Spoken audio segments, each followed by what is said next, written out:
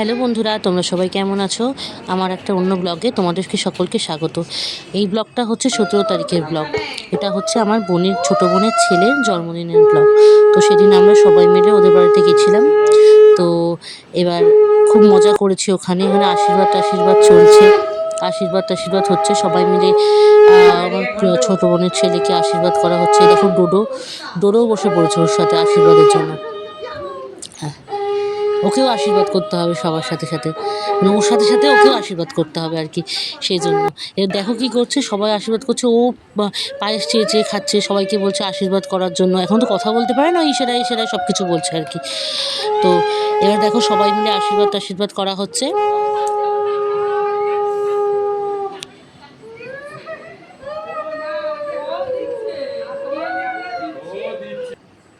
আমি আশীর্বাদ করছি, দেখো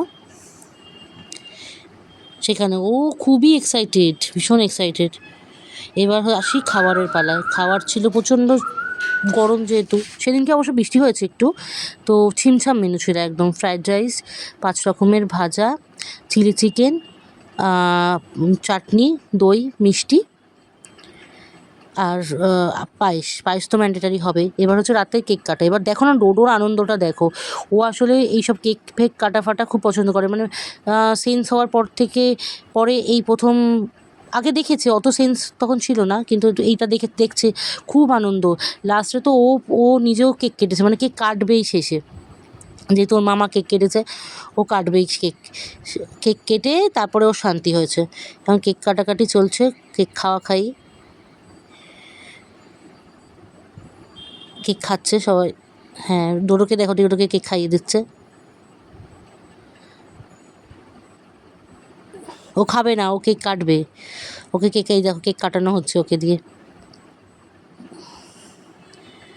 হ্যাঁ, তো আজকে তাহলে আসি।